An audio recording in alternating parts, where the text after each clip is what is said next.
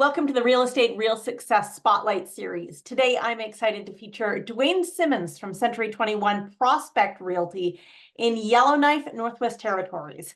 He's been with us since 2017. He's a Grand CENTURION Producer, ranks in the top 1% in C21 Canada for 2024, and we're here to learn about life in the Northwest Territories as a realtor. Dwayne, thanks for being with us. Thanks so much for having me. So we noted the Centurion Awards in the background of your shot there. And tell me a little bit about your history with Century 21, because you've been a long-time Centurion winner. Yeah, I started in 2017. That year, I never got started till about April. So my first full year was 2018, and I was fortunate enough to become a Centurion that year. I had a lot of a strong background in business, lots of connections. So when I went into this industry, I had a lot of contacts that really helped me kind of get out the gates flying. So yeah, I was a Centurion for the first couple of years. Then I reached the double Centurion. And then last year was the first year that I made it to the Grand level. Congratulations. Thank you. What are some of the unique challenges that you find working in such a small market like Yellowknife?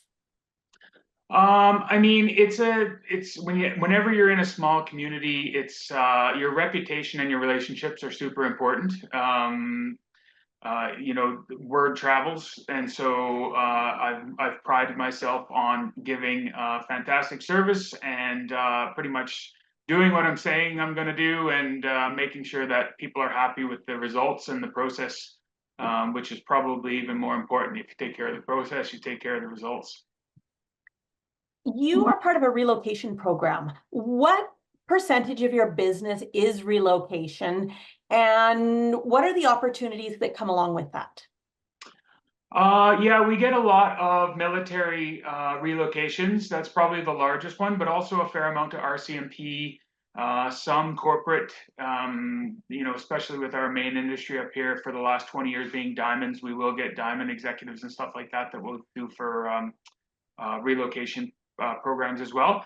The last 5 years or 4 or 5 years, like a lot of Canada, it's been a very hot market. So one of the challenges is mostly low inventory by the time we do and set up a tour for these guys. A lot of the times, by the time they actually get here, in the days that leading up to, some of the options or all of the options that you've set up are probably gone and changed. So you really got to try and plan as best you can and kind of work on the fly. Now, you have a window. You were telling me that you work sort of mid-February through early December.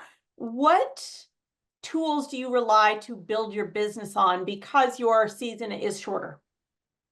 So I used to be old-fashioned when I first started, and quickly as my business started progressing, I've added tools over the years. Follow-up boss is an important one. Having a CRM is probably the biggest tool that you can have as a realtor in terms of keeping you on schedule, keeping your leads kind of in front of you, and reminders, your tasks, moving people along in the pipeline. That's probably been the most important tool that I've added, but there's definitely others. The thing with the CRM is that you need to work it. What advice do you have for people to encourage them to keep following through and to keep up with the work that the CRM gives you? Yeah, absolutely. I mean, I think one of the biggest things with anybody who's going to be successful in this business, follow up, and speed, and getting to those, like the little things like leads that come in. I jump on those right away, get them kind of in the works, make sure you have some sort of a touch to try and capture those leads as you get them, and then constantly following up with them. Like if you let one go by the wayside and a few weeks passes by, they'll probably find another realtor at some point along the way. So super important to stay in touch and follow up. Fair enough. Now, you came onto our radar because of the fantastic work that you have been doing with Easter seals. Tell me how you got involved with them and how your fundraising efforts have evolved. So when I first started here, I had extensive experience in raising money for different charitable organizations. I had done lots of different golf tournaments, stuff like that. So the first year I was here, I suggested that we start a Century 21 annual golf tournament, and we were donating the funds to different charitable organizations. There was lots of Easter Seals wasn't in the north, so we always made sure we moved the money around. There was lots of deserving local charities, and we kind of every year picked one. Then it got so big that we were, raising like over $40,000 in a one-day tournament. So then we started donating to two charities to kind of split the money up. It's still a very healthy sum of money. And then this last year, our broker Adrian, he was like, okay, who are we going to do this? Who are we going to donate the money to this year?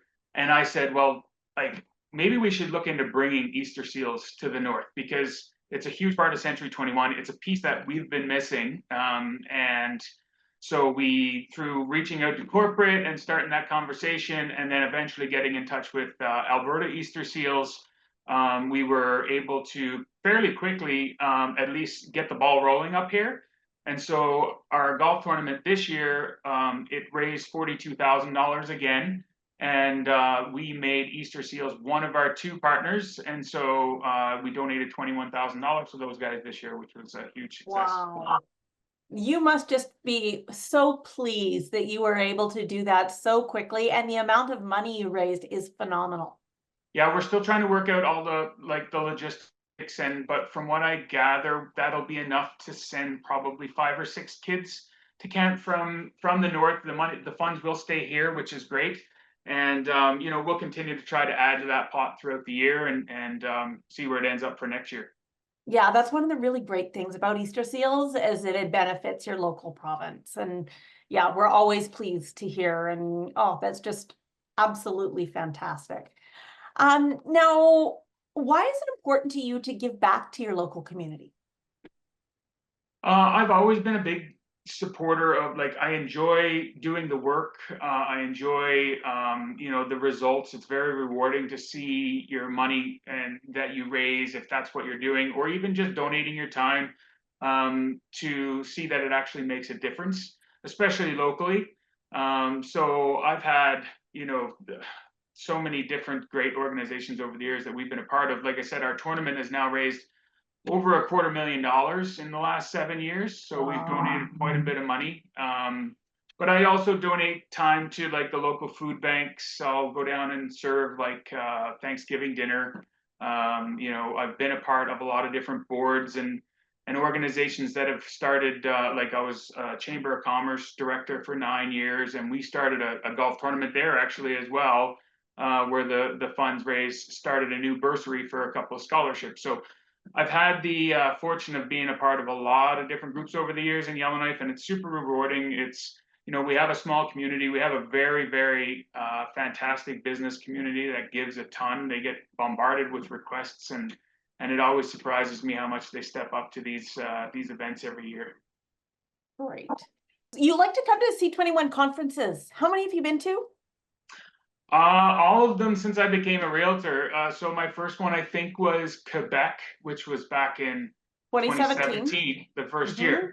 And I've been to all of them. I always look forward to them. I've met some, fantastic people. They're always a blast. Realtors are so fun to hang out with because they're, A-type personalities. They're not shy. The conversation is always great. You got like-minded people. The events are always great. You meet some great referral partners. And so I've really enjoyed building those relationships over the years. And I'm looking forward to, I'm going to the Toronto Jays game coming up here in September. It's not a conference, but it's still a C21 event. And it's just something a little bit different. We're really looking forward to that as well. Yeah. Cool. What advice would you give to a new realtor? I would say, treat people how you want to be treated. I make sure that, if you take care of the people, you don't have to worry about the business. You don't have to worry about the sales. They will come if you take care of the little things along the way. Do what you say you're going to do.